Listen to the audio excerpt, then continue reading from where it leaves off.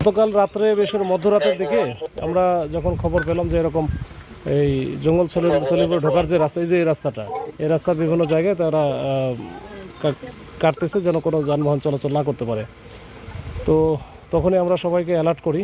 তো এরপরে আমাদের যে নতুন একটা এখানে ক্যাম্প হচ্ছিল অস্থায়ীভাবে, তো ক্যাম্পের যে ওয়ালটা ছিল, এদের মূল টার্গেটে ছিল ক্যাম্পটা ভেঙে ফেলা আর কি।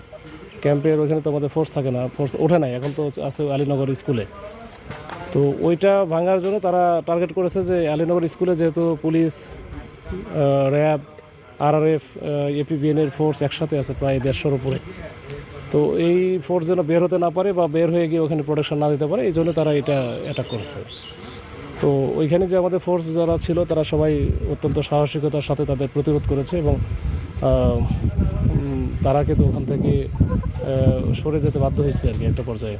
এবং তাদের যে বেকু মেশিন, তারপরে এক্সকাভেটর, তারপরে ওই যে ড্রাম ট্রাক বা এই টাইপের যেগুলো নিয়ে আসছিল, আমরা 2টা মোটরসাইকেল রেখে কিন্তু তারা পালাইছে। এর মধ্যে আমরাও তো চলে আসছি বাইরে থেকে, অতিরিক্ত ফোর্স নিয়ে র্যাব আসছে। তো এগুলো আমরা সব জব্দ করেছি যেগুলো তারা রেখে গেছে। আবার ওই সময়ে প্রায় 114-15 রাউন্ডের মতো আমরা গুলিও ছোড়া লাগছে। তো এখন পরিস্থিতি মানে এখন বলতে ভোর থেকেই ওই যে 5টার পর থেকেই 4টা 4:30টার পর থেকে এটা আসলে পরিস্থিতি একেবারে স্বাভাবিক। অ্যাডভোকেট আমজাদ ভাই আমাকে ইনফর্ম করছে, আমি সাথে সাথে আমার আইসি মহোদয়কে জানাইলাম। আইসি মহোদয় তখন আপনি যখন এখানে আসেন তখন কি অবস্থা দেখছেন আসলে? আমি তো আসছি দেখি যে তখন আমরা রাস্তাঘাট মেরামত করতেছি, আমাদের ওসি স্যার আছে, আমাদের উদ্বোধন স্যারেরা সবাই রাস্তাঘাট মেরামত করতেছেন। আলীনগর থেকে মেরামত করে এদিকে আসতেছি আমরা। ইয়াসিন গ্রুপ এখানে প্রায় 18-20 বছর ধরে এই এলাকায় একটা নিজস্ব রাষ্ট্র তৈরি করেছিল। তো সেখানে আমরা অভিযান পরিচালনা করে তাকে উৎখাত করেছি। তো এখানে তার ব্যক্তি স্বার্থের জন্য, সরকারকে বিব্রত করার জন্য সব ইস্যুই আছে তার এর মধ্যে। সে যেহেতু ক্রিমিনাল, তার সব ধরনের খারাপ ইস্যু নিয়েই সে এই হামলা করেছে। এখানে একটা বিষয় হচ্ছে যে আপনি এই এলাকাটা দেখেছেন, এটা খুব মানে অনেক বড় একটা পাহাড়ি এলাকা, প্রায় 3600 একরের প্লাস। তো এইখানে ওই মূল সমস্যাটা হচ্ছে আমাদের কমিউনিকেশন। আমাদের যদি গাড়ির রাস্তাটা ঠিক থাকে, যোগাযোগ ব্যবস্থাটা ঠিক থাকলে আমরা এই ছিন্নমূলের সেই বাইজিদ লিংক রোড থেকে এই পর্যন্ত আমি যদি পাকা রাস্তা পাই 5 মিনিটে পৌঁছে যাব, তখন সে পালানোর সুযোগ পাবে না। সবসময় আমরা একটা জিনিসই প্রবলেম ফেস করতেছি যে আমরা যেদিক দিয়েই আসি কোনো দিক দিয়েই গাড়ি নিয়ে ঢুকতে পারি না, বা গাড়ি আসলেও খুব স্লো আসে, দ্রুত গতিতে এসে পৌঁছাতে পারছি না। যে কারণে আমি ঢোকার সাথে সাথে সে আরেক দিক দিয়ে জঙ্গলের ভিতরে ঢুকে যাচ্ছে। পাহাড়ের ভিতরে একজন মানুষকে খুঁজে বের করা এটা খুব ডিফিকাল্ট। তো আমাদের এই কমিউনিকেশন ব্যবস্থা, রাস্তাঘাটগুলো যদি ঠিক হয়ে যায় তাহলে এই এলাকায় আর তার এখানে লুকিয়ে থাকাও সম্ভব হবে না ইনশাল্লাহ।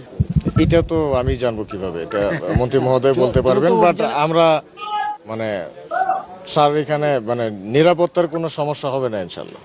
কালকে করেছে সাডেনলি, স্বরাষ্ট্রমন্ত্রী মহোদয় আসবেন, সেটা আমাদের কনসার্ন আছে। আমরা আমাদের সর্বোচ্চ চেষ্টা করব সেখানে আমরা আমাদের নিরাপত্তা দেওয়ার। সড়ক উন্নয়ন আপনারা জানেন এই কাজগুলো প্রশাসন এবং এলজিইডি তারা করেন।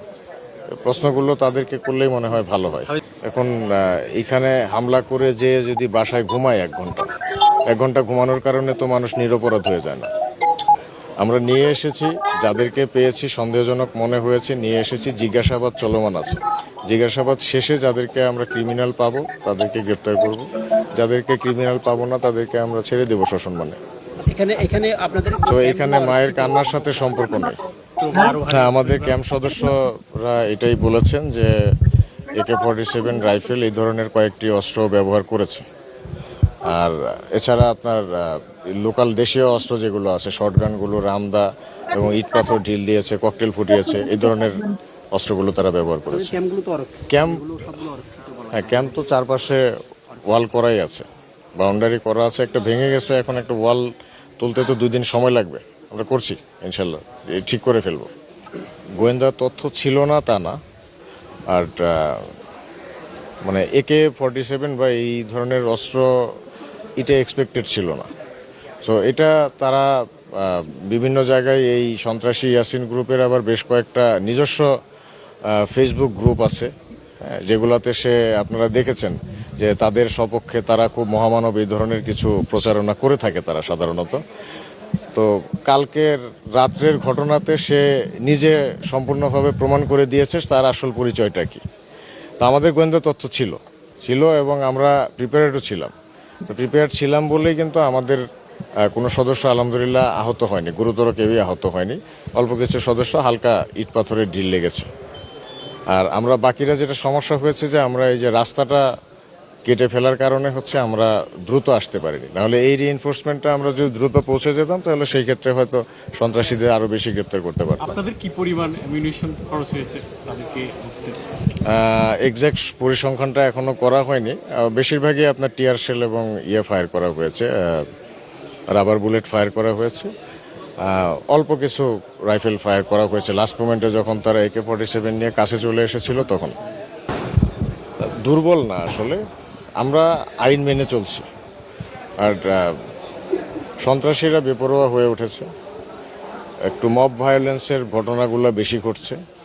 তো এটা মানে আমাদের আইনের দুর্বলতার কারণে বা আমাদের কারণে না, আমরা আইন মেনে চলার চেষ্টা করছি।